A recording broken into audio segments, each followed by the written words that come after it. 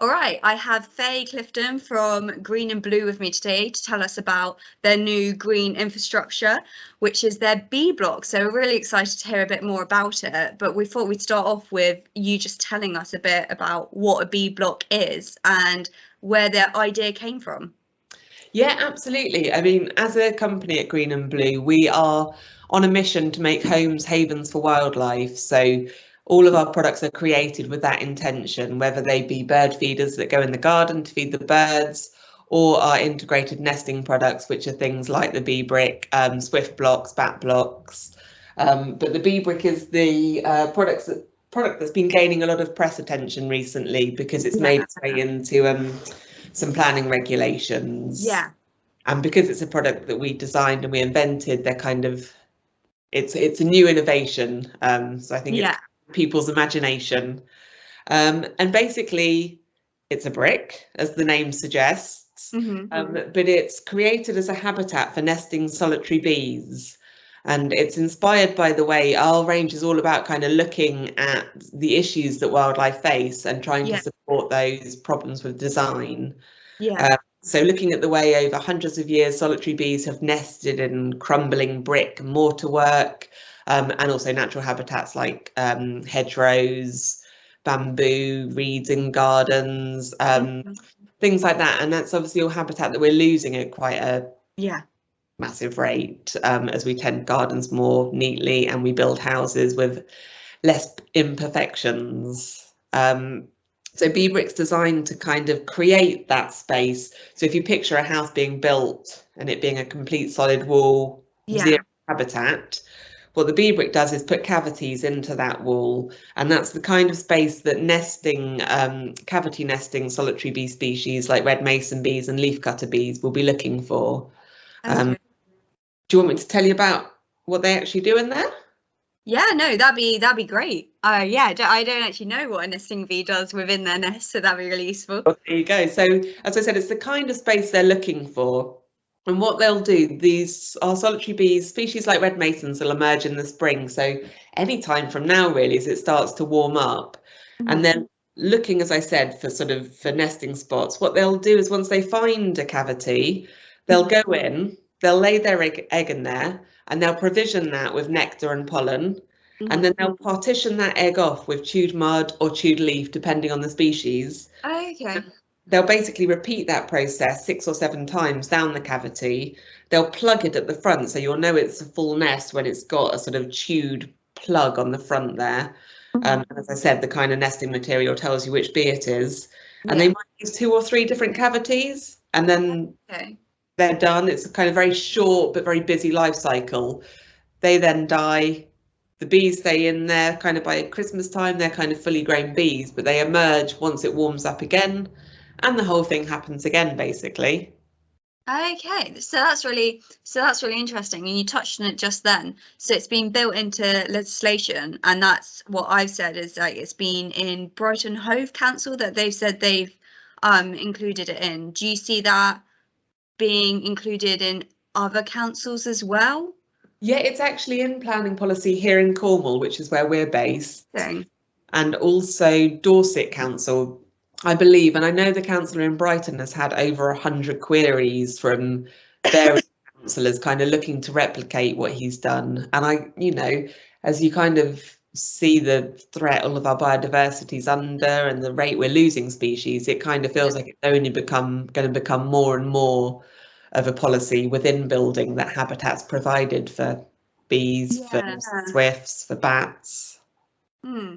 Yeah, definitely. So when I was reading up about it, there were several things that came up, and there were some people saying they were a bit worried about having these bee blocks in and then bringing in other pests for them to nest in.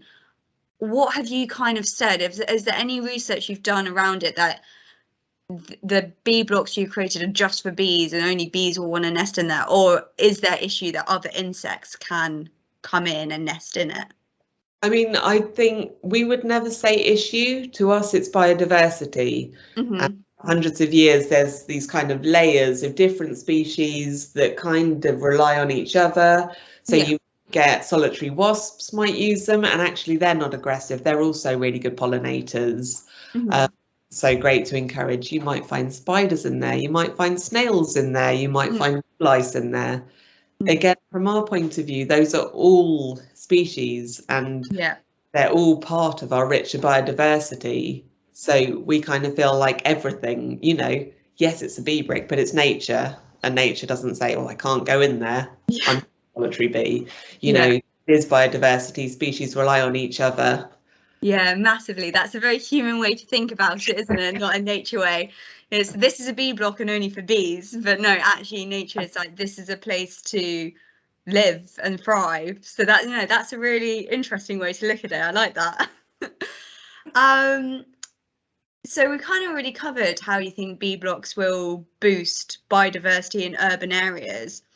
But what I'd be interested to hear about is, obviously you're saying that'd be great, there's a hub of biodiversity that will come from a bee block, but by introducing bee block, does this mean we have the right kind of green and blue infrastructure already in the urban areas to mean these bee blocks actually flourish into a really succinct biodiversity system within a town or village? I mean, it's a great point, and what I'd like to make clear, and what I hope we make clear in kind of all of our conversations and our marketing and everything, is that if you put a bee brick in that's not done, you know, that's not going to save the world. They'll only work if you've got bee-friendly flowering planting nearby. Solitary bees will only forage for around 100 meters, so you have to have planting nearby. So a big part of what we do is, yes, we're talking to developers and we're saying put bee bricks in, put swift blocks in, put bat blocks in, but we're also saying then you have to consider your planting. They won't work without planting. You need species like trees for birds to navigate. Yeah. Does that fit quite nicely in with the biodiversity net gain that new developers have to do? So introducing that biodiversity there, and then the infrastructure with your bee blocks as well, having them fit together quite nicely. Absolutely. And in many ways, you know, the timing's perfect, because you can't kind of greenwash and say, well, we've just put a bee brick in, everything's done, because that's not going to get you the biodiversity net gain levels that you need. So it kind of works perfectly that there are more and more, I guess some developers might see it as kind of hoops to jump through, but hopefully the kind of the more forward thinking and engaged developers will see it as opportunities to create better habitat, wildlife, as well as humans. Yeah, definitely. I guess the last kind of question that would be really good to cover would be about the maintenance of bee blocks. I think the interesting thing I'd like to cover as well with this question is bee blocks are being implemented in bigger buildings, so like flat blocks as well. I'd be interested to hear where the maintenance would come down. Would it be more the individual, or like who owns the block of flats as a whole as well? I think if people are moving into these new places and they're told they've got bee blocks, it'd be useful to know how that kind of relationship works. Yeah, and it's certainly an area of sort of real focus for us over the next couple of years. We want to be the leaders in this. You know, we've innovated and invented bee brick. It's the Green&Blue product, and so we want to be the leaders in it, which means we're kind of working to build out a huge citizen science project where we can start to kind of engage home buyers as well as house builders, kind of look at studying this area. Kind of it is new, because as I say, we invented it. There's not sort of years and years of research into this. So kind of looking at building out those studies. The bee brick was inspired by the way, as I said at the beginning, bees have nested in crumbling brickwork, mortarwork, things like that for hundreds of years. And obviously in those habitats, there hasn't been anybody maintaining them. It's just kind of nature doing what it does. But there are differing opinions. Obviously in things like the bamboo hotels, there are kind of issues around moles and things growing up over years. What we said is, if you do want to sort of maintain and clean them, there's a guidance on our website as to how to do that. And then, as I say, in line with that, we are looking to build out a citizen science study, but supported with science as well, to kind of really hone in on all that information. But it would be, I think, it's about engaging society, house buyers, homeowners, to kind of understand what's in their house, what that means, what to look out for, and how to really enjoy them. And because our vision is also around reconnecting people with nature, so we know that someone looks at a bee brick and develops a certain kind of thinking, but actually once they know how they work, once they know they're not aggressive, once they know there's no honey coming out of there, all those kind of things, they engage and care and they love it. So yeah, it's a very long-winded answer.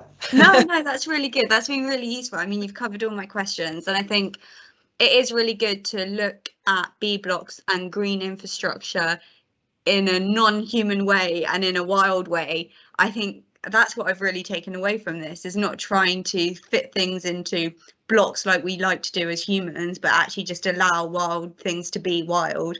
Hopefully bee blocks will enable that, and it's great to hear that several councils have already taken that on.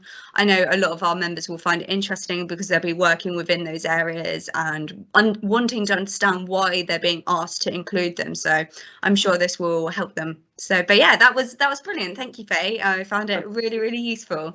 Excellent. Well, we are, if anybody has any questions or concerns, we're passionate about what we do, and we're always kind of very enthusiastic as well, so we're always here to answer questions. Perfect.